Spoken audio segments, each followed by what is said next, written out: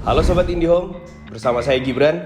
Kita akan membahas tentang Telkom dan especially Vital Makassar. And this is Podcast Bawakaraeng Juaranya. Assalamualaikum warahmatullahi wabarakatuh. Selamat datang di Podcast Bawakaraeng Juaranya dengan tema kita pagi hari ini, mengenal lebih dekat bersama General Manager Vital Makassar. Selamat pagi Pak Yadin. Selamat pagi Pak Gibran. Wah, ini kita podcast episode pertama langsung ngundang General Manager Vital Makassar. Alhamdulillah. Jadi Pak Yadin, mohon izin Pak Yadin, kita sekarang sedang berada di IndiHome Digital Laboratory, Pak. IndiHome Digital Laboratory. Betul, Pak. Jadi kalau rekan-rekan di sini mungkin biasa kita bilangnya ini Lontara, tapi sebenarnya ada nama aslinya, Pak. IndiHome Digital Laboratory. Baik, ya. Nah, Pak Yadin, mohon izin kita pagi hari ini santai aja ngobrol-ngobrol. Kita mau sedikit mendengar cerita Pak Yadin. Ada sisi-sisi menarik dari seorang General Manager Vital Makassar, Pak. Iya. Iya, Pak Yadin. Jadi mungkin ini sih Pak.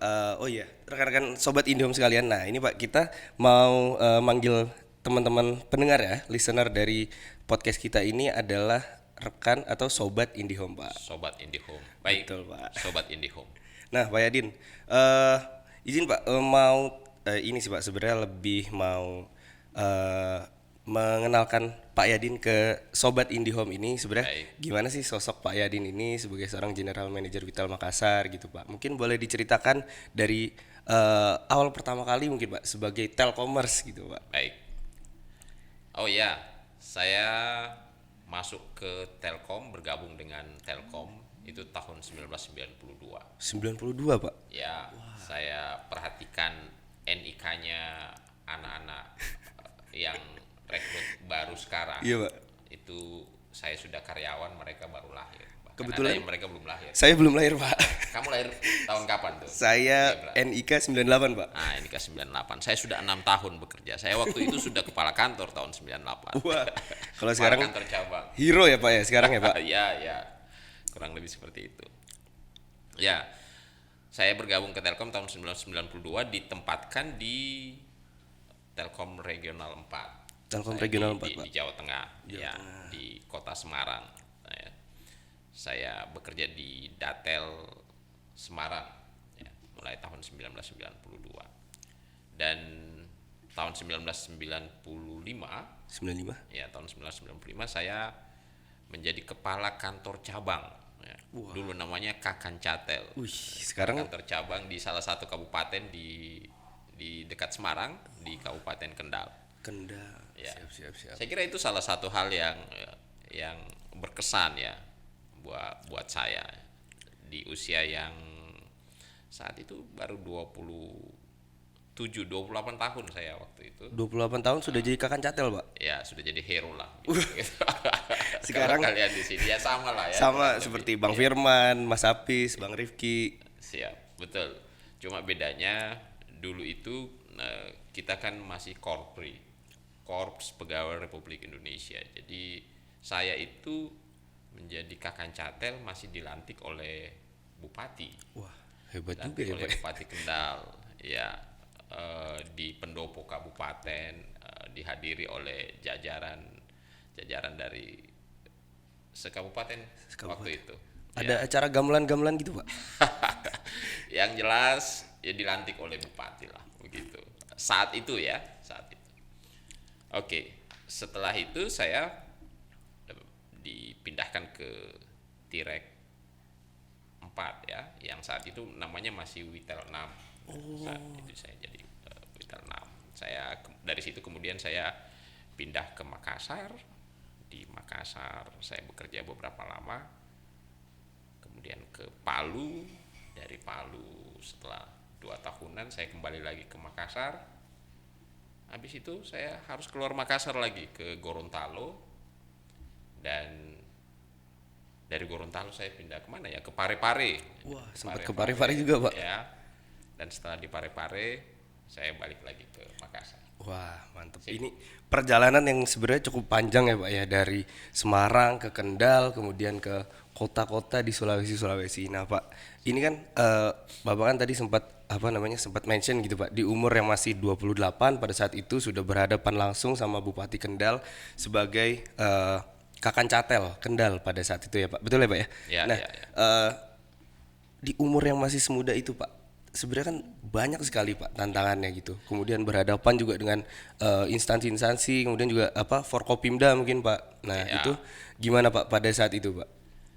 Ya, apa namanya, memberi experience tersendiri ya, memberi pengalaman tersendiri, bisa berinteraksi dengan hampir semua kalangan ya di kabupaten.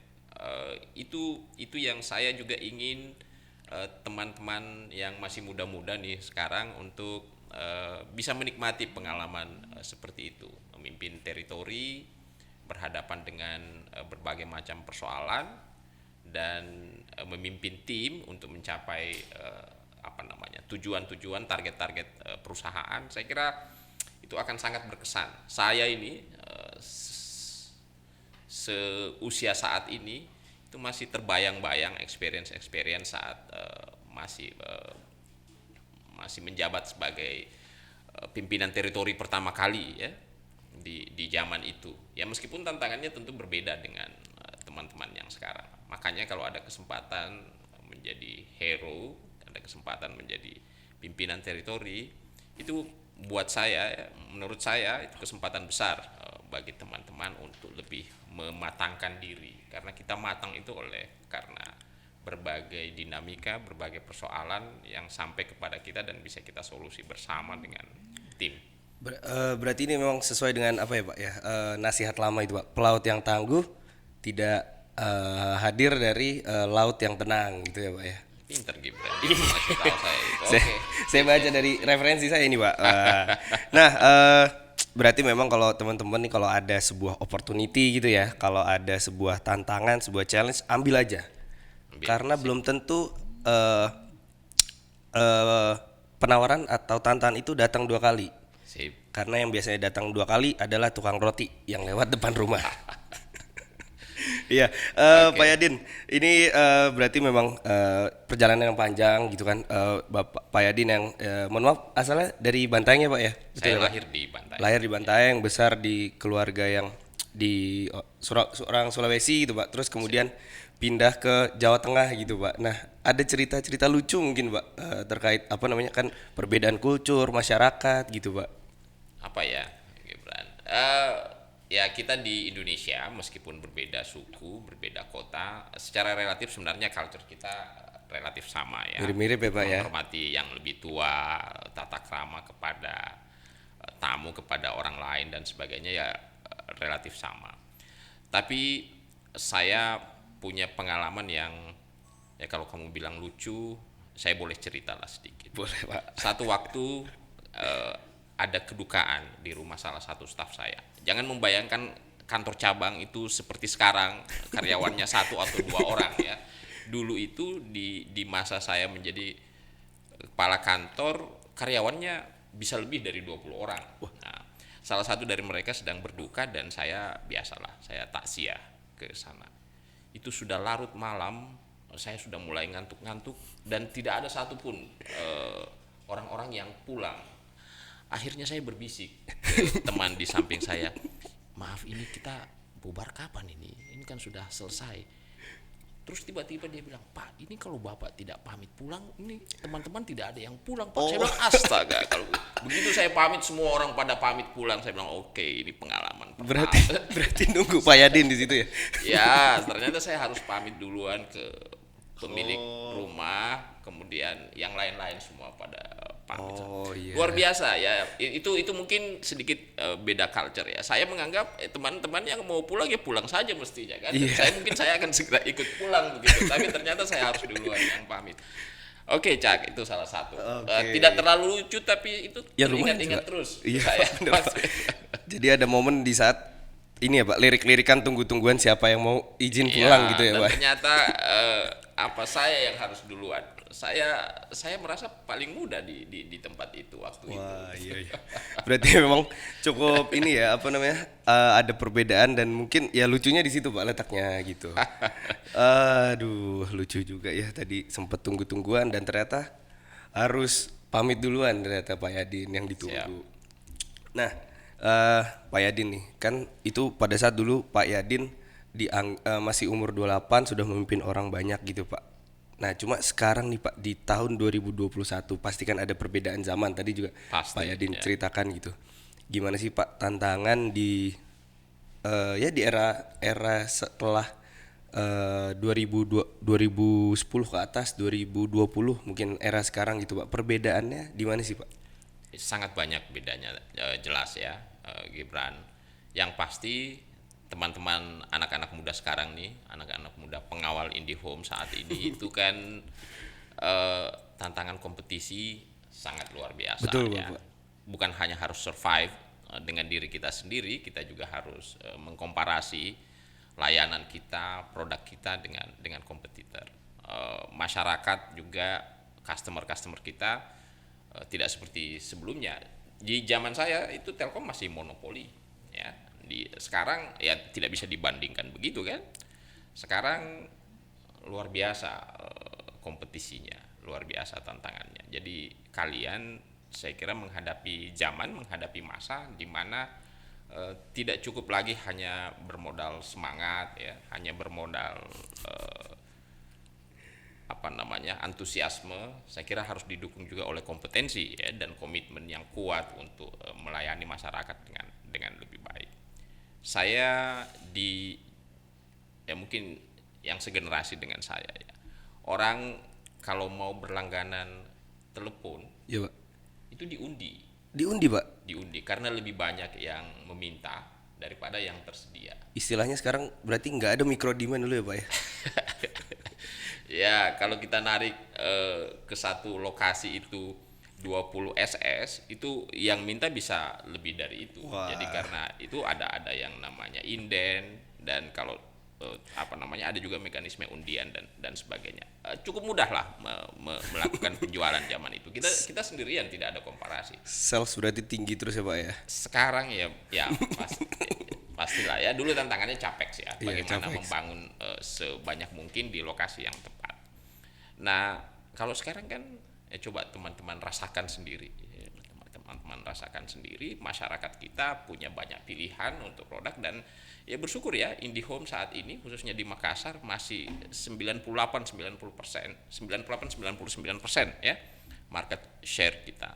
Tetapi kalau kita tidak melayani masyarakat dengan kualitas yang baik, Betul. dengan dengan pelayanan yang baik, saya kira lambat laun kita akan ditinggalkan, dan itu tidak boleh terjadi kan. Saya kira sobat IndiHome harus mulai sejak kemarin-kemarin berlanjut hingga hari ini dan seterusnya, kita punya komitmen yang kuat ya, untuk bisa melayani masyarakat dengan sebaik-baiknya, sehingga IndiHome ini bisa menjadi pilihan utama mereka. Betul, dan selalu menjadi pilihan utama masyarakat Indonesia. Sip.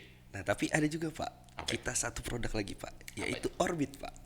Oke, Nah, ya. itu Orbit juga bisa lah membantu atau misalnya jadi pilihan selanjutnya dari teman-teman sobat IndiHome gitu. Nah, Saya kira ya. Pak Yadin nih, kan tadi berarti ada memang perbedaan lah, ada perbedaan tantangan gitu ketika memimpin di masa era Telkom yang masih telepon ya, dan sekarang sudah berkembang pesat gitu Pak, dari Ya. jadi IndiHome, jadi Astinet, jadi Orbit dan segala macam produk digital dari Telkom. Ya. Nah, cuma Pak Yadin ini teman-teman sobat IndiHome juga punya sebuah karya. Wah, ini kalau misalnya di ranah-ranah atau skena-skena art ini namanya magnum opus gitu. Apa itu, Gibran? Magnum opus itu sebuah masterpiece Pak, sebuah Oke. mahakarya Pak. Ya, Nah, sobat IndiHome, jadi ini ada buku dari Pak Yadin. Ini Pak Yadin pernah menerbitkan sebuah buku ya Pak? Menulis Ya.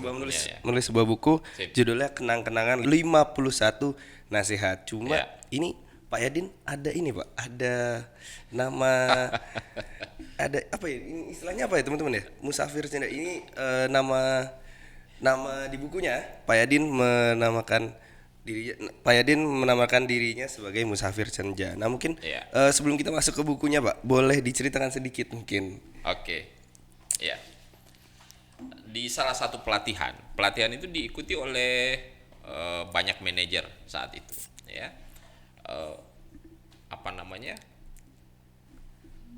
Yang membawakan materi itu men-challenge semua peserta pelatihan apa yang ingin kamu lakukan dalam waktu setahun 2 tahun mendatang. Maka semua orang menjawab, saya ingin begini, saya ingin begitu. Dan saat itu saya menjawab bahwa saya mau menulis buku. Itu kalau boleh tahu tahun berapa Pak Yadin? Ya kurang lebih tahun 2015-an ya. 2015. Kurang lebih 2015. Yang mengikuti pelatihan itu ya jajaran selevel manager lah ketika itu ya, saya dan kawan-kawan gitu. Saya belum kepikiran mau menulis apa, tapi pengen aja. Sepertinya saya ini. Dan setelah itu ternyata itu serius di follow up. Kita dipanggili satu-satu, Dikejar terus ya, Pak? di coach, apa yang kamu mau lakukan untuk bisa mencapai keinginanmu dan sebagainya dan sebagainya. Akhirnya saya berpikir, aduh, saya sudah bilang saya mau menulis buku ini. Saya tidak punya kompetensi sebenarnya Iya, untuk Pak. untuk apa namanya, tulis menulis itu. Mau menulis apa? Mau menulis tentang leadership, masih banyak referensi lain tentang leadership yang pasti orang membacanya kan begitu. Tidak mungkin saya rasanya begitu. Kalau mau menulis mengenai marketing, terlalu banyak referensi marketing. Iya, Pak. Saya mau menulis apa tentang marketing, meskipun ada juga bagian dari marketing yang saya punya sertifikasi begitu kan. Akhirnya saya berpikir yang paling mungkin itu adalah menulis nasihat begitu. Menulis nasihat. Menulis nasihat itu kan apalagi buat anak-anak kita begitu, itu kan bisa dari dalam hati, bisa dikombinasi dengan pikiran kita. Kita kan selalu pengen memberi yang terbaik buat Betul, Pak. buat anak-anak begitu, buat generasi-generasi berikutnya. Saya pikir bisa lah saya ya, kalau hanya menulis nasihat begitu. Terus saya di challenge, itu kapan kira-kira bisa terwujud? Wah, kapan? Di follow up terus ya, Pak. Kalau kapan, saya bilang ya sebelum saya berusia 50 tahun. Oh iya, siap. Saya ingin menulis buku yang isinya 50 nasihat waktu itu. 50 nasihat. Sepertinya bisa lah. Kalau setiap 2 minggu saya menulis satu, masa nggak bisa sih? Betul, Pak. Waktu itu saya belum 50 kan. Dan apa yang terjadi? Setelah saya berusia 50, tulisan itu, nasihat itu belum genap 50. Oh, jadi ini ada cerita di balik kenapa angkanya 51. nggak genap gitu, Pak. Iya. Jadi ganjil 51, Pak. Dan itu baru selesai setelah saya melewati ulang tahun saya yang ke-50. Wah, jadi ini ada ceritanya nih. Ya, dan saya print sendiri, saya jilid sendiri. Itu konsumsi untuk diri saya sendiri. Ya, 1-2 anak saya bilangin, ini papa sudah nulis nasihat nih ya untuk kalian, ya dibaca-bacalah. Tapi satu waktu saya ada acara di Solo. Saya bertemu dengan teman S2, alumni S2 saya di Gajah Mada dulu. Ternyata dia bekerja sebagai pimpinan penerbit. Oh. Nah, saya kasih buku yang saya print sendiri, yang saya jilid sendiri. Kemudian dia bilang, Pak Yadin, ini memenuhi kualifikasi untuk saya terbitkan. Berarti sekalian aja ya, Pak, Iya, ya. iya. Masalahnya ya waktu itu saya tidak bisa lagi bilang kenang-kenangan 50 tahun. Jadi saya menggenapkannya menjadi 51 dan untuk diterbitkan di ulang tahun saya yang ke-51. Wah, ini berarti jadi sebuah ya unik juga ya. Saya pikir kenapa ya? Pasti ada nih kayaknya cerita di balik 51 nasihat. Oh, ternyata itu tadi perjalanan menulisnya gitu, dan ternyata genap di umur 51. Dan kenapa saya tidak memakai nama saya langsung? Ya, saya duga kalau jujurnya mungkin ada perasaan kurang percaya diri juga mungkin di situ. Tapi yang dominannya karena apa namanya? Ada perlambang di nama yang saya pakai sebagai nama samaran. Iya nih, Musafir Senja. Musafir itu orang yang berperjalanan, dan Senja itu ya sudah di ujung waktu lah kan begitu. 51 tahun siapa bilang itu muda. Tapi saya pikir memakai nama itu bisa mengingatkan diri saya sendiri. Meskipun saya menulis 51 nasihat, itu nasihat buat diri saya sendiri juga kan begitu.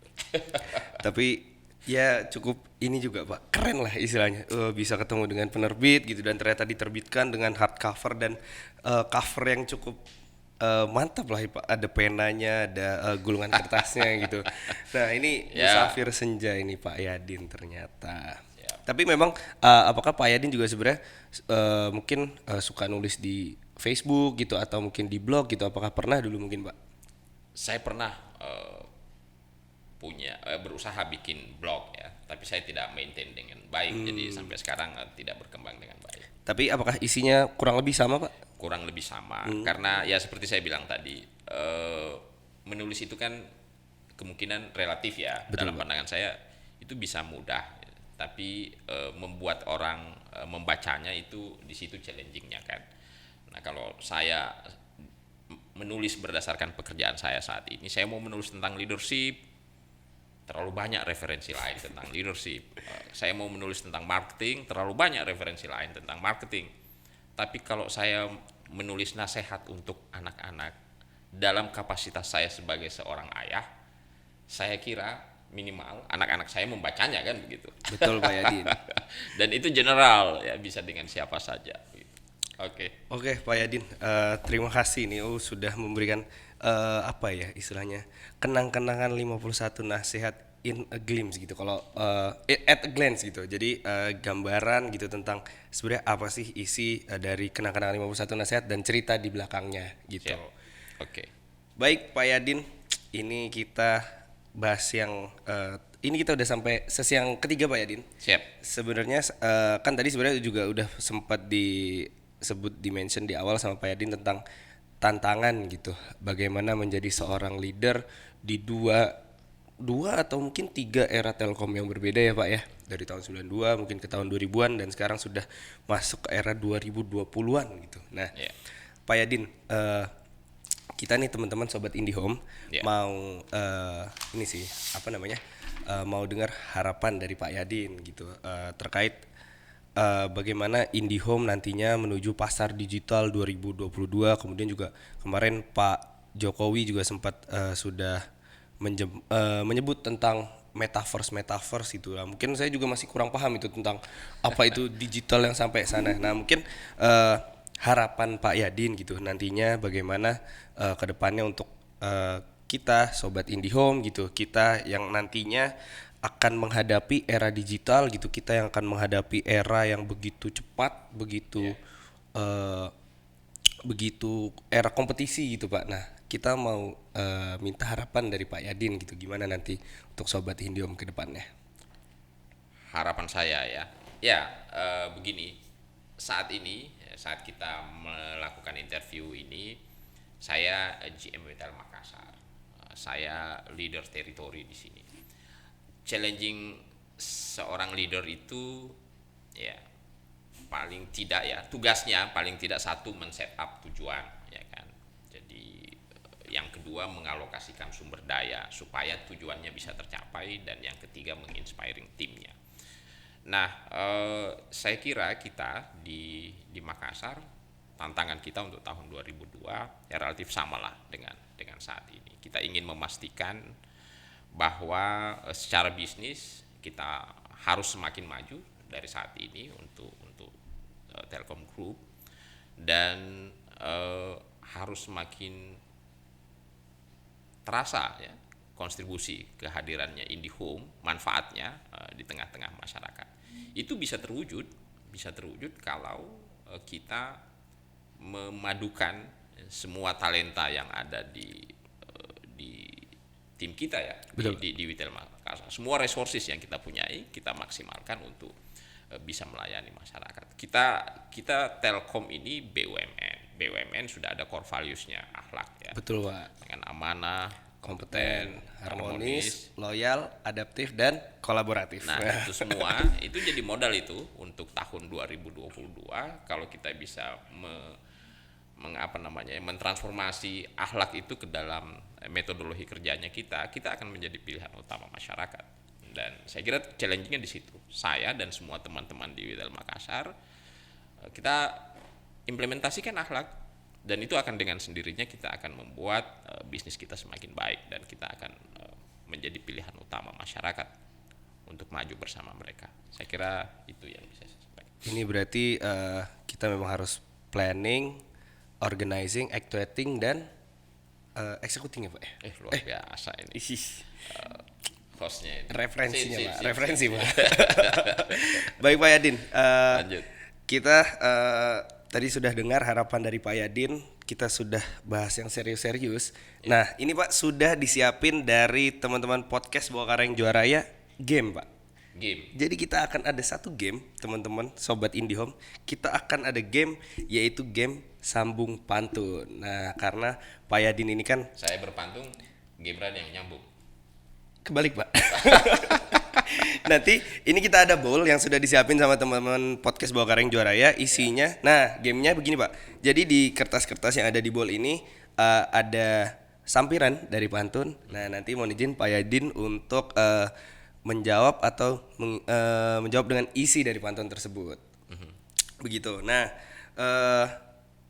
boleh Pak Yadin diambil satu kertas nanti dioper ke saya Pak. Sip. Nah, Siapa ya Din? Saya coba bacakan. Santai aja Pak. sip. Relax Pak. Iya. Ini Pak Yadin. Apa itu Gibran? Saya baca ya Pak ya. Ya. Jalan-jalan ke Bontoramba, pulangnya beli kacang kedelai. Nah, sampirannya Pak. Itu sampirannya. Silakan Pak Yadin untuk dijawab isinya. Jalan-jalan ke Bontoramba, pulangnya beli kacang kedelai. Akhirannya A sama I. sama I. Oke. Jalan-jalan ke Bontoramba, pulangnya beli kacang kedelai. Cakep. Ini Makassar Juaraya, all target harus tercapai. Harus tercapai. Nah, ini juga harapan Pak Yadin tadi dan persiapan untuk menyambut tahun 2022. Siap. All target harus tercapai. Amin. Oke Pak Yadin, kita next ke pantun selanjutnya. Atau kamu yang cabut, saya yang bacakan. Waduh. Masih ada nih. Boleh deh, boleh deh. Ini terakhir Gibran. Boleh siap Pak Yadin. Nah, ya. Silakan Pak Yadin. Kamu aja. Saya di challenge juga ternyata sama Pak Yadin ini. Ini ada pantun ini. Buah jambu di taman depan, jangan diambil, marah yang punya. Ini saya jawab isinya Pak Yadin. Buah jambu di taman depan, Oke. jangan diambil, marah yang punya. Baik. Buah jambu di taman depan jangan diambil, marah yang punya. 2022 penuh harapan, semoga kita sehat, sukses dan jaya semua. Luar biasa. Masuk Pak Pinter ngapal ini. Oke. Ketahuan nih kita. Oke.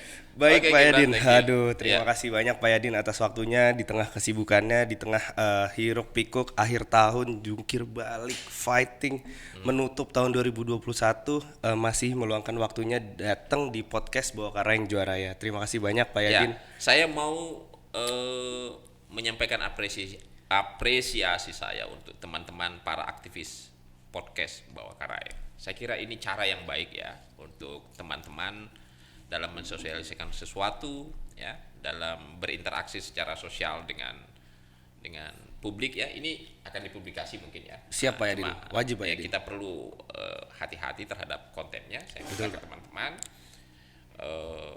Tapi sebagai sebuah langkah komunikasi, podcast ini top, keren. Terima kasih banyak Pak Yadin. Boleh tepuk tangannya mungkin teman-teman yang hadir di sini juga.